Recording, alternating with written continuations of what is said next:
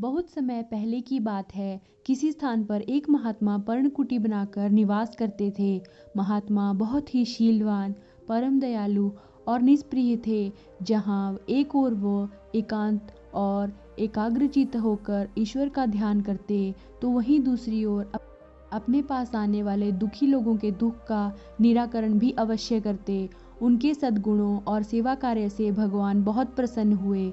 उन्हें वरदान देने के लिए एक देवदूत को उनके पास धरती पर भेजा गया। महात्मा ने देवदूत का हृदय से सत्कार किया और उनसे उनके आने का कारण पूछा। देवदूत ने उनसे कहा कि महात्मन, ईश्वर आपकी भक्ति और सेवा कार्य से बहुत प्रसन्न है, इसीलिए आपको वरदान में वह कोई दिव्य शक्ति देना चाहते हैं।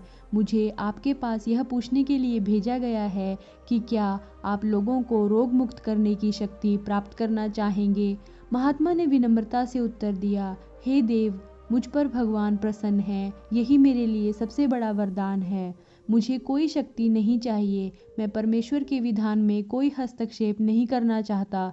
जब महात्मा ने रोग मुक्त करने की शक्ति लेने से मना कर दिया, तो देवदूत ने उनसे कहा, तो आप दुष्टों को सद्मार्ग पर लाने की शक्ति ग्रहण करें।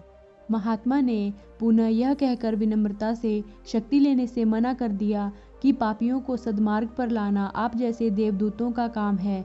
देवदूत बड़े आश्चर्य में पड़ गए। उन्हें विश्वास नहीं हो पा रहा था कि महात्मा ने इन शक्तियों को लेने से मना कर दिया है। वे उनकी भक्ति भावना और अनासक्ति से बड़े प्रसन्न हुए। उन्होंने महात्मा से कहा, हे महात्मन, आपने तो मुझे बहुत बड़े संकट में डाल दिया है। ईश्वर की आज्ञा अनुसार मैं आपको कोई शक्ति दिए बिना वापस स्वर्ग नहीं लौट सकता। कृपया आप कोई ना कोई शक्ति अवश्य स्वीकार कीजिए। महात्मा कुछ देर तक विचार मग्न रहे। फिर उन्होंने देवदूत से कहा, ठीक है, अगर आप मुझे शक्ति देना ही चाहते हैं तो यह वरदान दीजिए कि भगवान मुझसे जो भी शुभ कर्म करवाना चाहते हैं वे स्वयं ही होते चले जाएं। मैं जहाँ से भी गुजरूं वहीं पर लोग रोग मुक्त होते चले जाएं। देवदूत ने कहा, ऐसा ही होगा।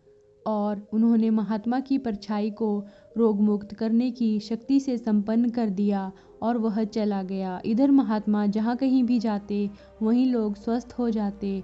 ना तो महात्मा को और ना ही लोगों को कभी यह पता चल पाया कि उनके कष्ट कैसे दूर हो गए।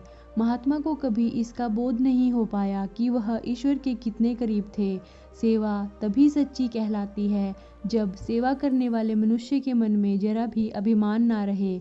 एक मशहूर कहावत है कि जब दान दिया जाए तो उसे इस तरह दिया जाए कि दूसरे हाथ को भी पता ना चले।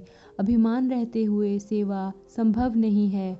जो सेवा के बदले नाम की चाह रखता है वह कभी सेवा नहीं कर सकेगा, क्योंकि कृतज्ञता का गुण प्रत्येक मनुष्य में नहीं होता और प्रशंसा न मिलने पर वह सेवा कार्य को छोड़ बैठेगा।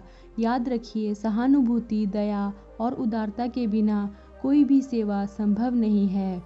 दोस्तों, कहा जाता है कि जो मनुष्य जाति की सेवा करता है वही ईश्वर की सेवा करता है।